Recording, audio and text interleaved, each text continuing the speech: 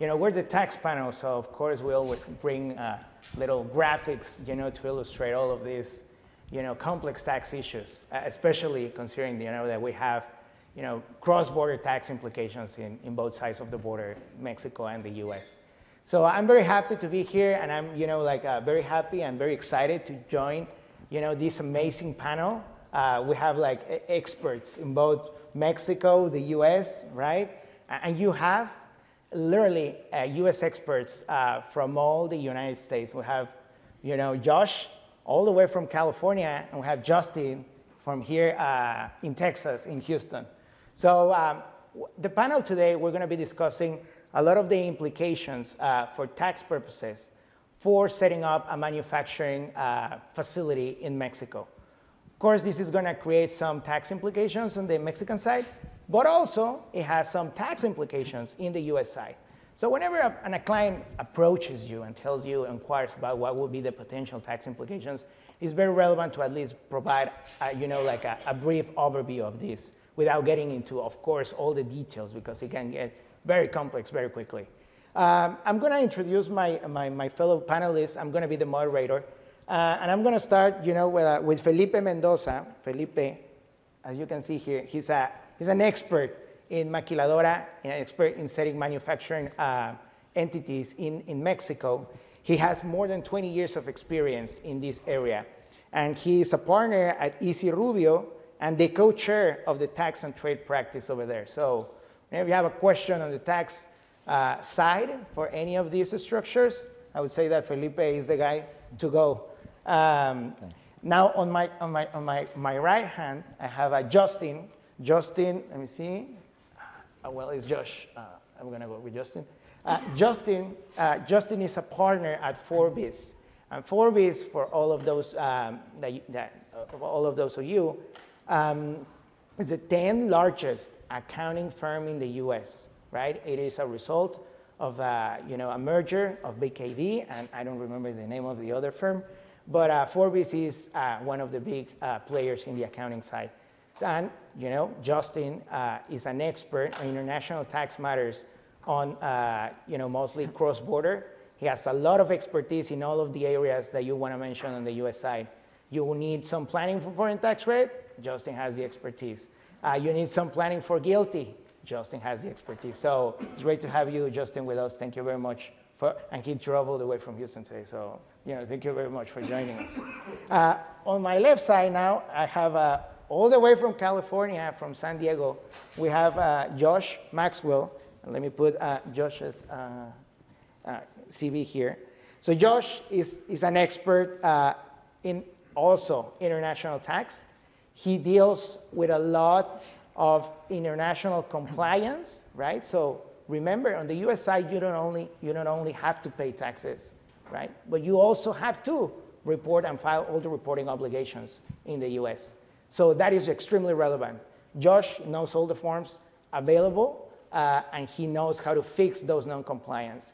Well, he also deals with a lot of tax planning, and he's very knowledgeable in setting up these type of structures. He has also an office in Tijuana, I remember. Recently, he just opened that one. So, he has insight or in situ, a hands-on for that type of, planning. So without further ado, I think we're gonna, start with this. The mechanics of the panel are gonna be, it's gonna be more a conversational type of panel because, it gets complex. So we wanna just walk you through the basics of what are the basic tax considerations that you need to have in mind. First, on the US side and on the Mexican side. Second, what are some of the potential challenges that your clients will encounter? And finally, what are some of the perspectives that our panelists have on some recent tax changes that, of course, will impact all of this planning in both sides of the border. So I think the first question is, of course, well, the disclaimer, of course, this is not legal advice. You need to remember that. And, I think the first thing is here, how does the structure of a maquila works generally? And when I refer to a maquila structure, of course, there's different types of manufacturing structures that you have on the Mexican side. Felipe is going to go into detail into those, but from a high-level overview, basically you have always a U.S. mother, I would say the holding, the parent company, and then on the Mexican side, of course, you have the company or the entity that per se carries the manufacturing or the maquila process. Of course, setting up that entity in Mexico is going to trigger implications in Mexico because, of course, any entity organized in Mexico has to pay taxes, right? And on the US side, because the US tax system charges you a tax on a worldwide system taxation, that means that that US company also has to include some of the tax depending on the tax treatment of that subsidiary. So I would say that the first question here would be, Felipe, if you can walk us through, what are some of the main tax considerations that we have on the Mexican side for the different alternatives that you have experienced at? Sure. Basically, I will start with the maquila operation. That's when a U.S. entity decides to set up its own manufacturing operation in Mexico. And basically, the company needs to incorporate a Mexican entity, which can be a Sociedad Anónima or a Sociedad Responsable Limitada, which are similar to corporation or an LLC in the United States. These guys will talk about what is more convenient to choose, a Mexican corporation or an LLC for U.S. tax purposes. So I will not talk about this, gladly.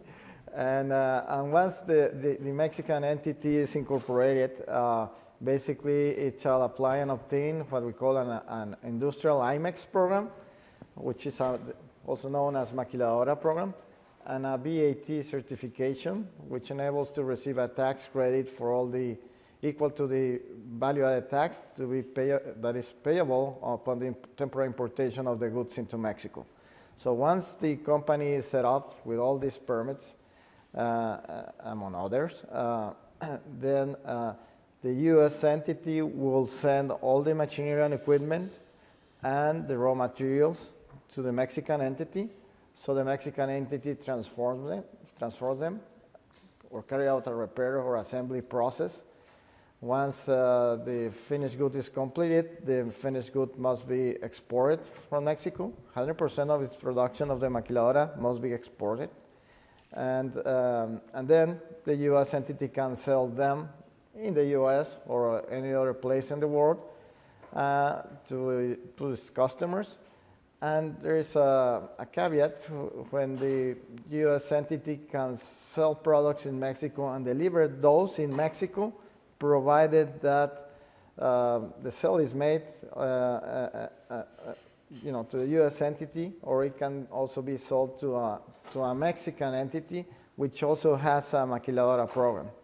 That way, the maquiladora that set up its industrial operations is exporting the goods, because the transfer of the goods in Mexico, customs-wise, is made with the so-called intra-maquila transfer, which means that the Mexican maquiladora files an export pedimento, and the customer's maquiladora files an import pedimento. That way, they comply with this obligation of exporting the 100% of its production. Awesome. And let me ask you one question. General terms, because we had that question yesterday at the round table. How is this entity in Mexico taxed?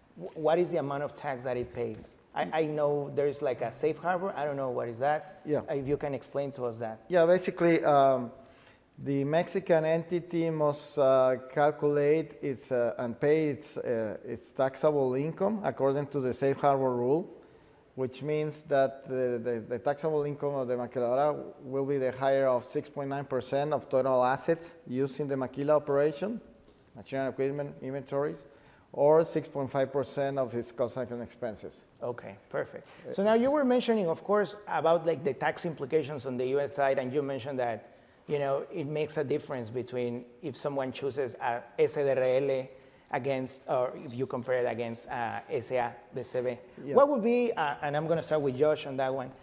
Josh, what would be the difference if we decide to go with a Sociedad Anónima, is there a benefit that I chose a Sociedad Anónima over a Sociedad de Responsabilidad Limitada? Yeah, so the SA actually gets treated as a partnership, and I made this slide and it's a little simple, but as you know, all the entities in Mexico have to have 2 owners. So there actually would have to be another owner there.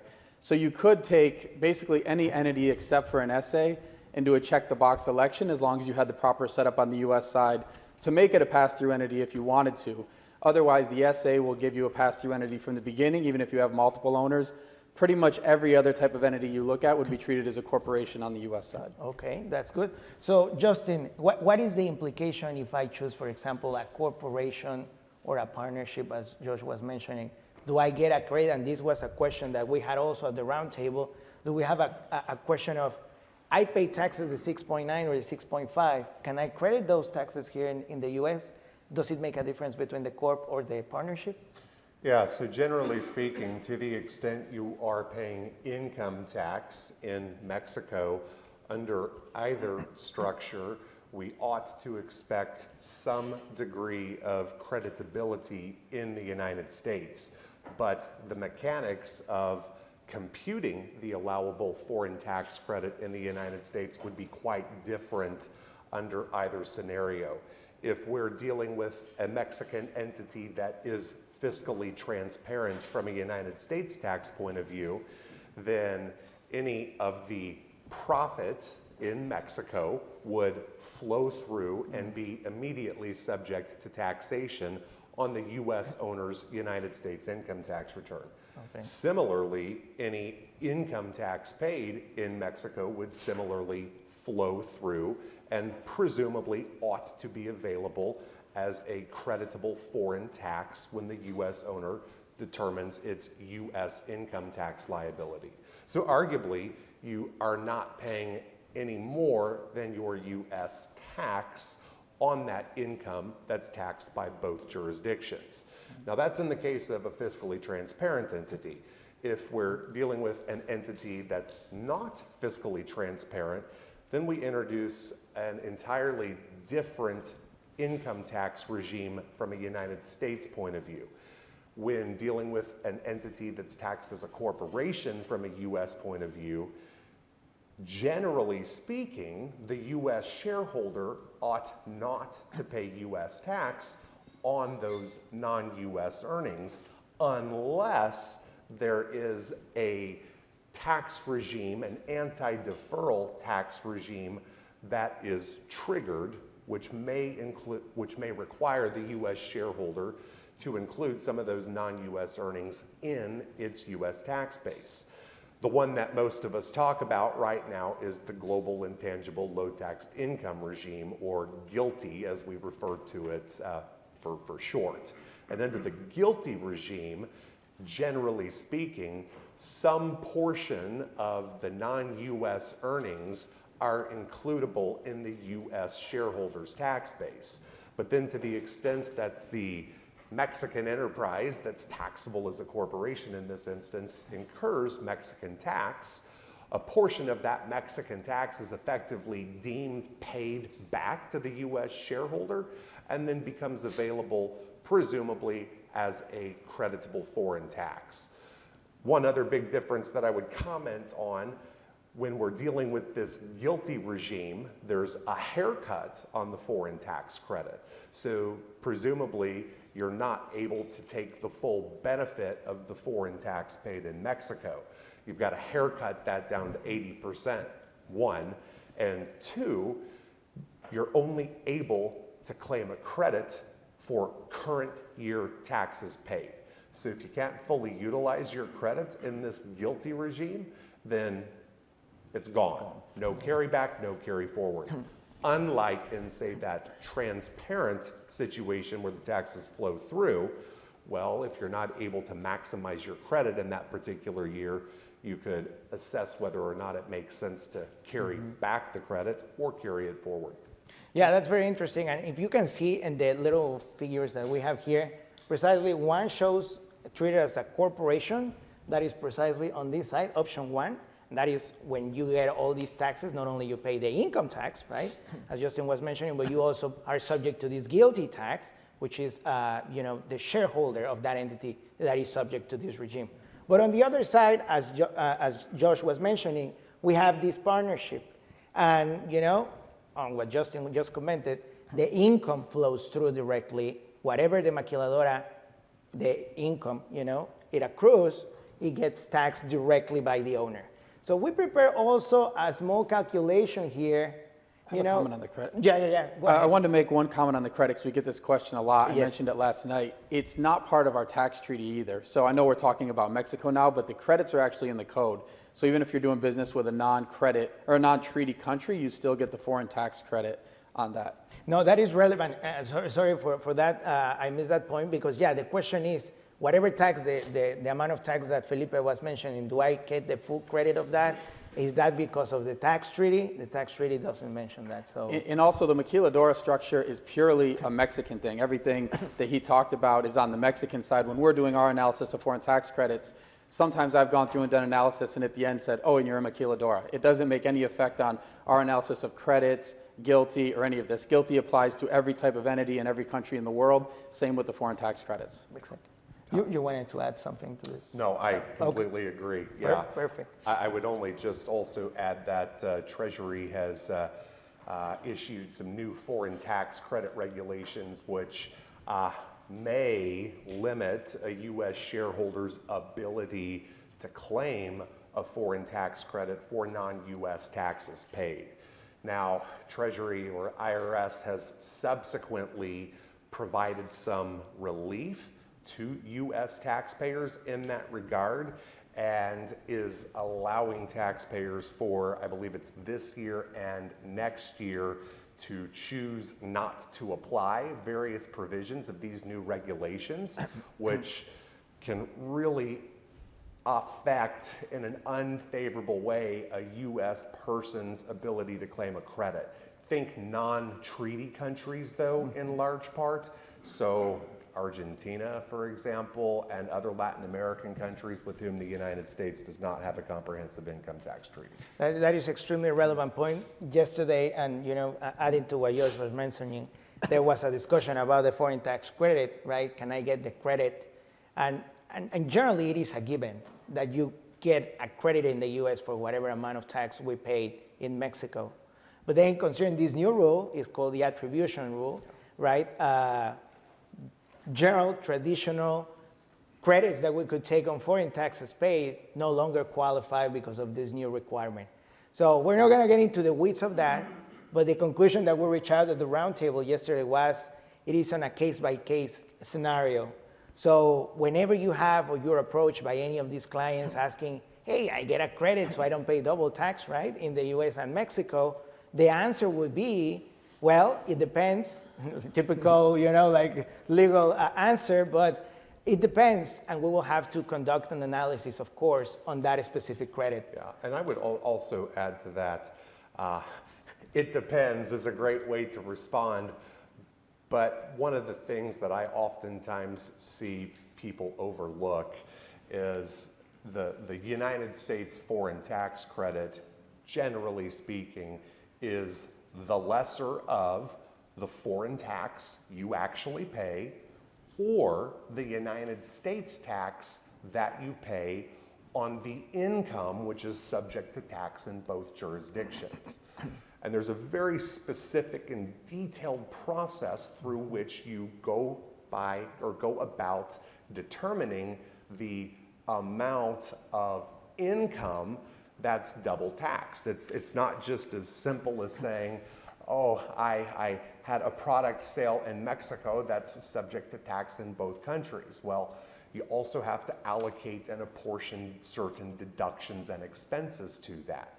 A lot of times, taxpayers who carry a heavy debt load and also have an abundance of assets outside the United States have to apportion a large amount of interest expense to their foreign source income, which may limit their ability to take a credit. So, yeah, I think it's fine to say under the general rule, we ought to expect a credit in the US, but whether you can fully maximize that credit, it really just depends upon all unique sets of facts and circumstances for each client. Correct. And one thing that's worth pointing out too is Mexico has a higher tax rate in almost all scenarios. So a lot of times everything we're talking about just amounts to informational reporting. It's usually not a burden to go through the US, especially in New Mexico, because the guilty we talked about, having income from Mexico, they generally pay more taxes there, and then they get a credit for it on the US side. So you're rarely paying more in the US, which boils down to all the informational reporting we're talking about. When you hear about international tax, that's the big problems. The people that are using the amnesty programs, it's not necessarily because they owe taxes. That's really, I don't want to say it's not a big deal, but you pay a small penalty. It's not the end of the world. But if you're missing these informational reporting of that you own a foreign entity, that's $10,000 for missing that report. You have a foreign bank account, it's at least $10,000, or they could take the full bank account. So most of our job when it comes to international tax is all informational reporting, because these credits are going to equal it out, and that's really where the nasty penalties are. Yeah, and Josh, another one that I also see people overlook regularly too. Let's say I'm a U.S. person and I've decided I'm going to organize an entity in Mexico that from a U.S. perspective is taxed as a corporation, and I contribute an abundance of cash for working capital needs. Well, if I fail to disclose that transfer of cash or other property even to the capital of that Mexican corporation, then the IRS may impose a penalty equal to 10% of the fair value of the property contributed. So just to echo and underscore what Josh was commenting on, IRS and Treasury are really quite ruthless with respect to attempting to impose these penalties. And they actually impose them. That 10% Yeah. penalty, my client got that for multiple years. These $10,000 penalties they do, it's not where it's the worst case scenario. This is what they bring down. It on you. happens That's like kind of that. just the standard amount. You missed that form he's talking about, 10%, and then you have to fight that. Yeah, I think it's Form 926. 926. 926. And yeah, adding to that, of course, the idea of the reporting obligations is a huge part on the U.S. tax side. We need to report and disclose every foreign financial asset that you have outside the U.S., right? So, I mean, and we're gonna, I think this brings me to 2 points, and I'm gonna start with Felipe, and then I'm gonna jump to Josh. So, as Justin was mentioning, you pay tax in Mexico, right? Now, I know that there is various structures for manufacturing in Mexico.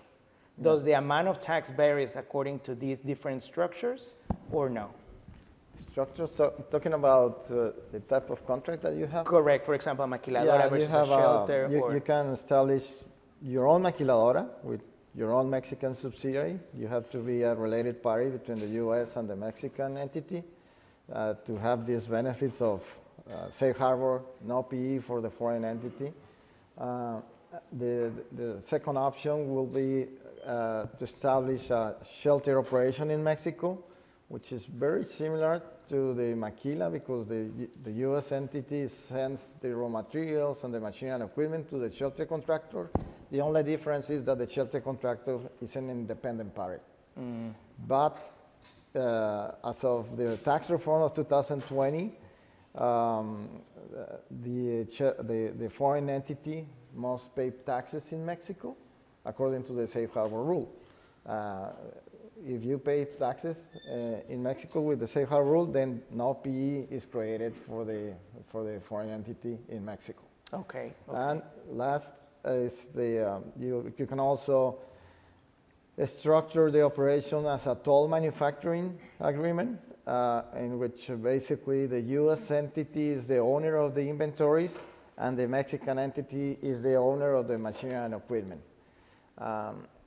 That avoids the creation of a permanent establishment, provided that the toll manufacturing agreement does not create a dependent agent relationship between the contractor and the foreign entity.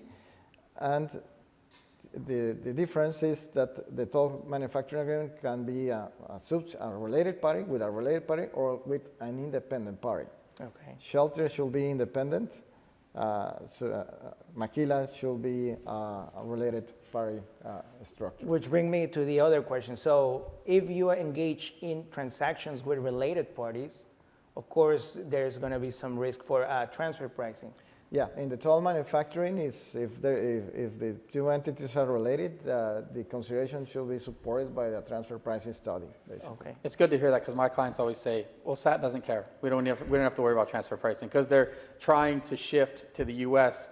And I think that's a little bit counterintuitive because you always think get money out of the U.S., but because our tax rate is lower, our clients are constantly trying to push as much income as they can to the U.S.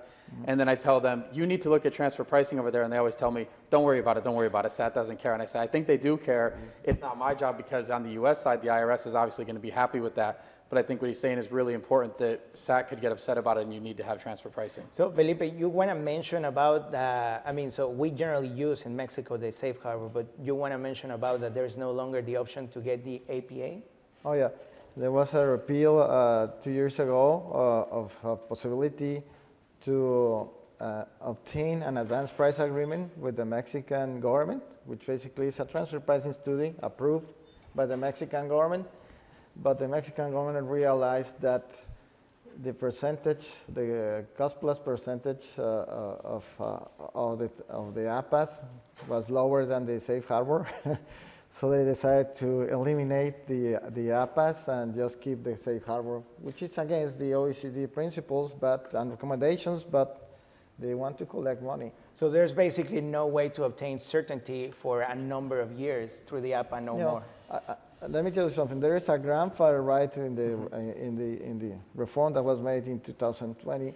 There was a grandfather right conceded to existing maquiladoras that were paying through APAs, and if they submitted the APA application before the amendment of the law, then the Mexican government could approve for 4 years. The APA, the extension, that will cover them until 2024. So this year? But next year. But that's for companies that were already established in Mexico. Correct. New ones, they need to pay taxes according to the safe harbor. So now, coming back to the U.S. side, so Josh, you were mentioning about the reporting obligations. So, I mean, let's assume I didn't inform the Form 926 that, Justin was mentioning. Is there any way that I can, waive penalties on the U.S. side?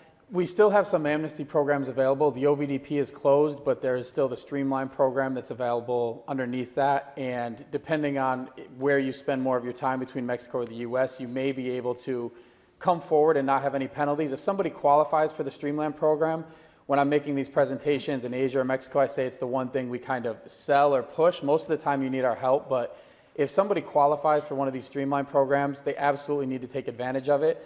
The difficult part we have a lot of the times is that under the resident Streamline, you have to have tax returns filed, and we have a lot, and under the non-resident, you can't come to the U.S. more than 35 days a year. So being near the border, especially in San Diego, we have people that maybe have come to the U.S. once a week, so they've been there 50 times, so they don't qualify for the non-resident, but they may not even know they needed to file forms, so they don't qualify for the resident. So then we have to do an analysis because we still have the old-fashioned reasonable cause, which has always been there. Reasonable cause is just where you say it was somebody else's fault, but now they really want kind of verification that you hired a qualified professional, that you gave them all the information, and that person knew that you had a foreign business and they just didn't tell you you had to report it.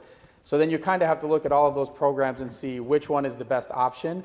But I think what's clear now that maybe 5 years ago there was the option to do nothing, or what they said with quiet disclosure, where you just start filing and you don't tell anybody about it. I don't think that works. If you start doing it correct next year, you've just given them a blueprint of everything you haven't been doing in the past. So it's very clear. The statute of limitations never closes on those past years if those forms aren't filed, so you can't put it behind you. And through the information they're gathering through FATCA, they do have investigative teams now and forces that are starting to go out after people. So I think that the time is coming. They're eventually going to find all these people, or you're going to sell the business and there'll be a wire transfer, something else will come up. And I think that everybody needs to address this. If you're not filing, if you have a business there, and it's an easy question for your clients to just, if they have a business in Mexico, to say, are you filing all the forms to report that, or are you reporting the guilty? And it's a little bit of a pain, all the information they have to gather. So if they are, they're going to say yes. They're going to know right away. If they say, well, why would I do that? Or I think so, then they're probably not. And they really need to address it right now. We try as tax attorneys to not be doom and gloom and scare people, but it's definitely one of the things where I say you absolutely need to fix this now. I had a friend who was one of the people that helped write the Streamlined in the OVDP program. He actually left the IRS over a year ago, but he said every month at their monthly meeting, the first question is, when are we going to close Streamlined? So they haven't set a date yet, but that's probably going to be coming in the future, and the people are going to kick themselves that didn't take advantage of it. So that is a really interesting point. So, I mean, we don't want to be gloomy here, right? We give the full perspective, the whole enchilada view, right? And basically, you know, like there's benefits in Mexico, there's reporting obligations in the US. You need to comply with those reporting obligations. And as Josh is mentioning, of course, there is ways to reduce and avoid those penalties if you come transparently with the IRS. Now, we have talked already about the Mexican tax incentives. What would be a US tax incentive, or does the US provide any US tax incentives in the US for headquarter operations for a maquila? Yeah, so I think one of the things that is particularly incentivizing, you've got to make sure you plan and structure things appropriately. But with the Tax Cuts and Jobs Act of 2017, we effectively introduced really an export incentive, if you will. It's kind of the counter of the GILTI that we were talking about earlier. So what I'm referring to is the foreign derived intangible income deduction, which in effect provides United States corporations only, so domestic US C Corps, a deduction for the sale of property to persons outside the United States for use and consumption outside the United States. And it also provides for a deduction for the provision of services where the beneficiary of those services is outside the United States.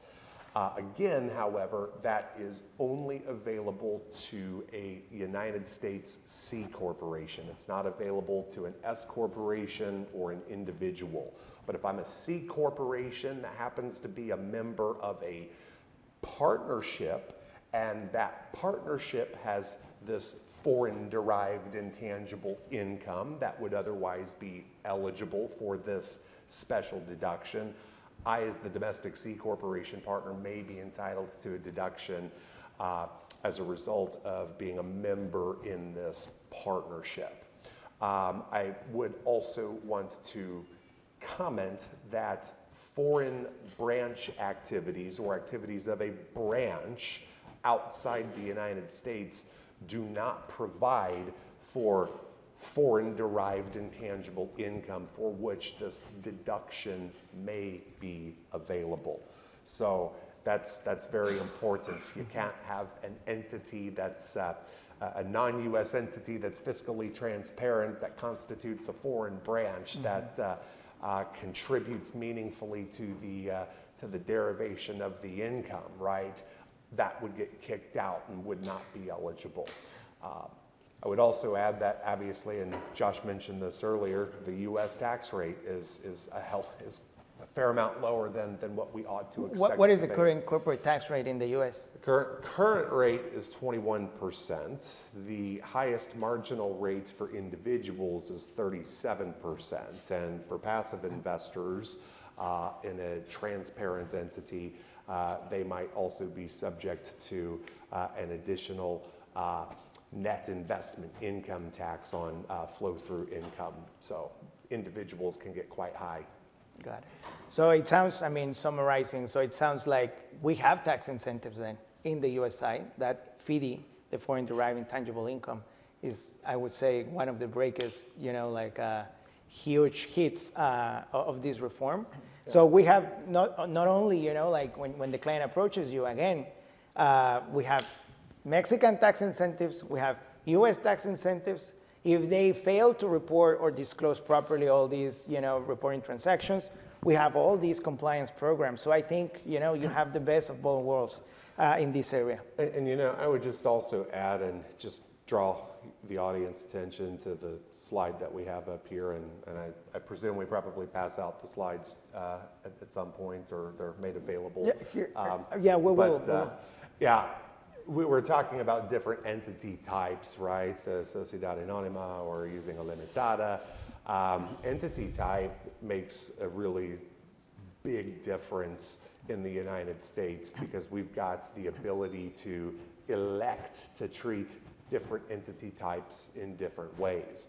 And if we choose to have a non-US entity be fiscally transparent from a US tax point of view, that yields a vastly different result in the US tax as opposed to, say, a corporation. And that's really what's illustrated on this slide right here. If you have a Mexican subsidiary that earns $100,000 of profits in Mexico, and that profit is subject to tax in Mexico and the US, and the profit is distributed to the ultimate highest level shareholder, what you might expect an effective tax rate to be. And as you can see, they're quite different in various scenarios. The question always with tax planning is where do you want the cash? Because most of our planning is about deferral. So when they're doing choice of entity, even for just pure domestic planning, when somebody's setting up a business, we're always asking them, where is the cash going to go? Because the corporation does have double tax, but as you mentioned, only a 21% tax rate, whereas the individual rate can be 37%. So the corporate rate, though, you get the tax when you also get dividends or money out of it. So you look at that 16% spread, though, that's what you're looking at is what can I do with that 16% I'm saving year over year when I do have to pay the double tax in the future. So the first question I always have to ask for choice of entity or setting this up with an entity down there is, where's the cash going to go and what do you want to do with it? If you want it directly in your pocket, that's a much different answer than if you want it in the U.S. corporation, because we might be able to get dividends to the U.S. corporation tax-free. But if you want to pay it all the way to yourself, maybe we should check the box and cut out all the middlemen and get one layer of tax. So the clients always need to be clear kind of about the future of what they're going to do with the money and potentially the exit strategy as well. Are you going to sell this business in 2 or 3 years? Because maybe that's a much different answer than in 10 years. And talking about cash flows, that's bringing me to the Mexican side again. So is there any issue talking about cash flows in Mexico? Mostly my concern is about the value-added tax. What is the problem? What is the current situation in there? Yeah, well, it's obviously if you have the IMEX program, but you don't have the VAT certification, it will create a problem on cash flow because basically all the temporary importations of machinery and equipment and inventories are subject to the 16% VAT. Mm-hmm. You have to pay that. And because you are exporting your services, that is subject to a 0% VAT, the exportation of services or goods that are sold for exportation.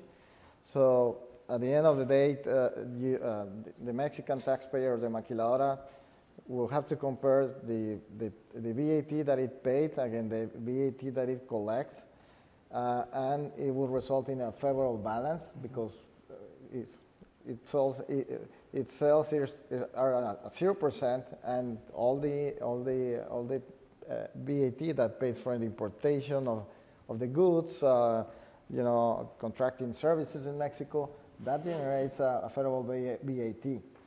And the problem is that in practice, it's hard to collect that VAT from the Mexican government. Usually, it takes, initially, for the first application, it takes you about 6 months, 6 to 8 months. And probably more likely, the Tax Service Administration will send you an audit to make sure that what you are declaring is 100% accurate. After those 1 or 2 first audits, then the term reduces to between 3 to 4 months. But it is hard to get, and the Mexican tax authority has been audited and has been very reluctant lately to give back the VAT because that's the way they finance their budget, basically. So they are always objecting, that how, when the service was provided, for example. And they ask you to prove the materiality of the services. Mm-hmm. So basically, you need to prove that the services were effectively rendered to you. Okay. Which puts a lot of burden to the taxpayer. So, yeah. So, I mean, that's another consideration to have, both cash flow in the U.S. and cash flow in Mexico. For different taxes, same operation, right? I think we're heading now to the final remarks of the panel. So I don't know if our panelists, each of them, can tell us what are like their final remarks on this matter. I mean, I think one thing, I'm the one that keeps bringing it up because what happened, recently with a client of mine, and because we keep getting this question all the time from the Chinese clients that want to come here, is they may be worried about doing business in Mexico. They might be worried about the letter of the law, the strength of the law, and I think that what we talked about here is the U.S. is not a problem. It's not going to add tax, and even if necessarily our laws aren't that different, if that gives them some comfort, then maybe that's the better option. That's really what we're trying to do. We have a firm in Hong Kong reaching out to us is kind of bridge that gap to say, now you have somebody on that side of the world in the U.S. where they know it's very strong law, very serious tax laws, as long as you do everything the right way. And not only that, but there's incentives like we talked about where you could actually lower your tax rate by putting things through on the U.S. side. So I think, having the U.S. as the partner to oversee that, not just the market where it gets sold, can alleviate some of their fears and actually provide some tax benefits too. Great. Just a recommendation: when you contract with a shelter operation in Mexico, make sure that you are represented by a tax and trade attorney in Mexico. Usually, the agreement that is presented by the suppliers in Mexico, the shelter contractors, they send you a draft of shelter manufacturing services or supporting services that is going to be executed by two U.S. entities, your client, which is a U.S. entity, and the U.S. entity of the shelter contractor. And it is subject to U.S. law. So if this agreement is presented to the U.S. attorney, you say, oh, okay, I will review it, review all the covenants and protect my client. The thing is that you need to review this with a tax attorney in Mexico, because most of the times the agreement doesn't establish anything about the obligation to pay taxes in Mexico by the foreign entity.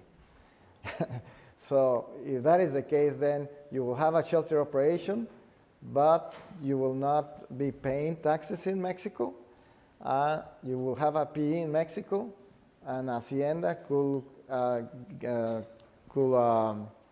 determine an assessed tax against the U.S. principal, and not only for that operation in Mexico, but for example, if the U.S. entity sells products in Mexico, Hacienda will want a piece of that profit, and as well, finished products that are manufactured in Mexico with the shelter operation, and even though those are sold by the U.S. entity in the U.S. or other places of the world, the Mexican authority could also ask for a piece of that profit because it's attributable to the permanent establishment that was created in Mexico. So it is my advice is just be very careful with shelter operations. Make sure that the proper language is included on the tax side, and also that the tax attorney reviews the proper structure of the shelter contractor, because I've seen it. 2 weeks ago, I was negotiating a shelter with one of the largest shelter contractors in Mexico, and I asked them, okay, give me your because for shelter operations, the shelter contractors must have an IMEX program, modalidad de albergue, which is a shelter program, basically an IMEX shelter program. And I asked them, give me a copy of your shelter IMEX program. We don't have it. What? No, we have an industrial IMEX.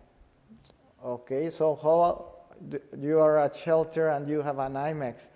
Because if you have an industrial IMEX, then you have to have the structure of a maquila, which means that the foreign entity of the shelter contractor should own at least 30% of the machinery and equipment used in the maquila operation, and that's not the case because my client is the owner of the 100% of machinery and equipment. So unfortunately, I realized that these shelter contractors have more than 100 operations in Mexico, and all its his clients have this contingent liability of a P in Mexico. So you need to review this carefully. So make sure that they have the proper IMEX program, and that obviously introduce in the contract all these obligations, because the foreign entity needs to pay taxes in Mexico through the shelter contractor. That means that the shelter contractor will record the if entity before the tax registry in Mexico. It has to calculate and pay the income tax on its behalf. And if he doesn't do it properly, then the importer's registry of the shelter contractors could be suspended. That means that the operation is over.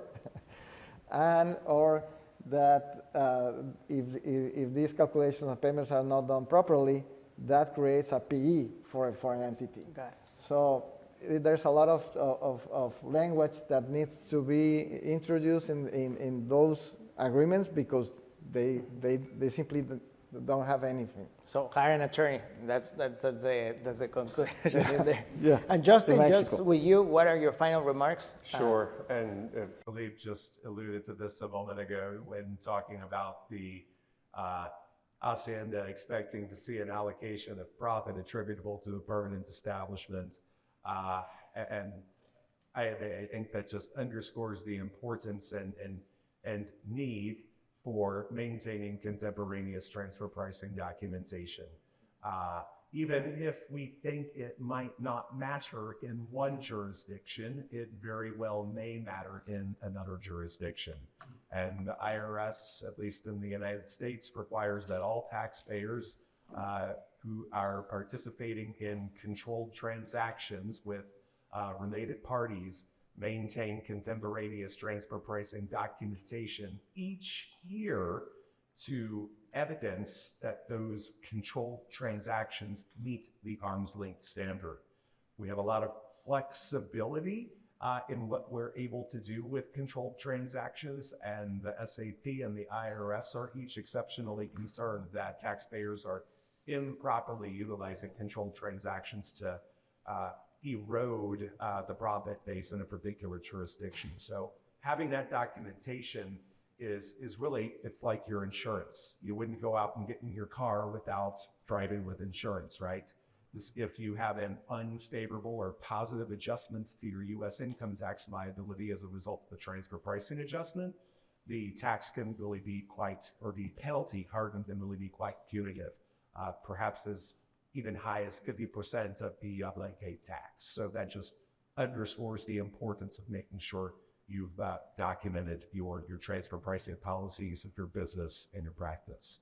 I would also finally say that I think all of what we do in this international tax world is manageable, but what's so important is proactive planning and getting out ahead of it. That way you don't have to worry about needing to utilize the streamlined disclosure procedures to get yourself caught back up.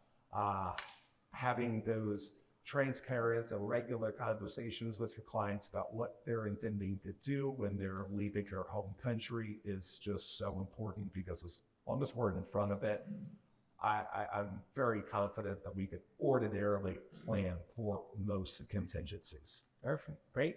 Well, hopefully you enjoy our tax panel. That was it. We were the last ones, right? The most interesting for the last. I suppose it was tax. But in any case, I think we had an amazing three days, right? Incredible perspectives. The only conclusion on my side is that, this common market, as someone on the first panel was mentioning, needs to be nourished and, of course, encouraged, and is here to stay for the coming years. So I think these are very exciting times from a tax perspective, and also, in this USMCA market. So thank you very much.